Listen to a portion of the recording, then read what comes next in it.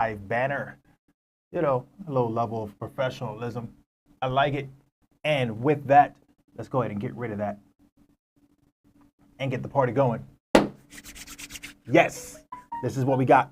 Welcome, guys. Justin R. Harris here. You know what this is. Business management series of solutions solved every single day. Wanted to knock this one out. Listen, you know what to do as far as business is concerned. Everything that we've gotten up to at this point when we talk about planning, management, executive positions, employees, things like that on every scale, whether you are an individual, right, or you are some sort of executive position or management position, or you are a group or conglomerate of some sort, and you guys have your employees. Whatever your situation is, these apply. I promise you, they all apply. One nature or another. Some things you already know, some things you may have need to hear again, basically. And then you have some things that were you just didn't even think about, right? It was just completely over your head. You're like, oh, you know what?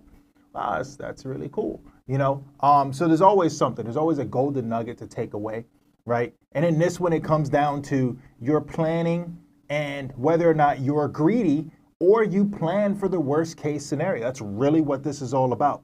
And it comes down to the money management side of that and how you look at that. So when we go and dive into this today with Peter Drucker, we're going to talk briefly about that type of structure and the types of things you need to be looking for, if you will. Almost like it's the blueprint to the way you need to be thinking, the mindset when it comes to that portion of financial planning. And that's really what we're digging into is it's the monetary aspect of business when talking about that. So let's go ahead and jump right into this. Here's what he explains. He goes, entrepreneurs starting new ventures are rarely unmindful of money, right? And this is kind of where the greed kicks in. On the contrary, they tend to be greedy, all right? And that's what I was explaining, right? So that's the title, as you guys saw. All right, so going further, they therefore focus on profits, but this is the wrong focus for a new venture, or rather it comes last rather than first, right? So they're not really focusing on the proper positioning, if you will. Cash flow, capital, and controls come much earlier. He explains, without them, the profit figures are fiction, right? They're good for 12 to 18 months, perhaps, after which they evaporate, right? Growth has to be fed. This is what he is explaining here.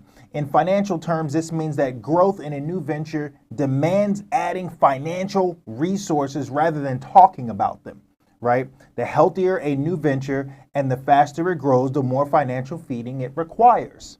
So here's where he elaborates a little bit. He goes, a new venture needs cash flow analysis, cash flow forecast, and cash management. This is what I was touching on earlier.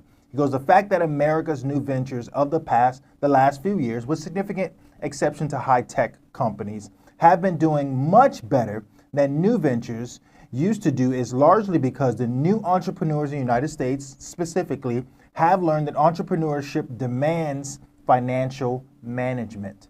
Okay, cash management is fairly easy if there are reliable cash flow forecasts, with reliable meaning worst case. Here we're coming back to the title again of what I meant by greedy or worst case. In other words, your assumptions are not hopes, right? We're not playing in hopes.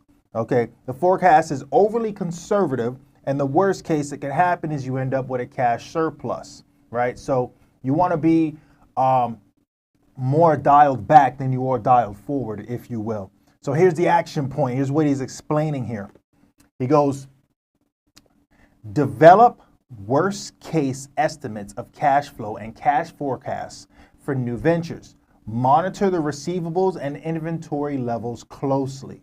This is how you want to focus, okay? And if you do that and you do it in a conservative manner, paying attention, you should be good to go. Thank you guys for checking in. This is what I wanted. That's it. We're just going to drop those dimes on you guys and see you tomorrow.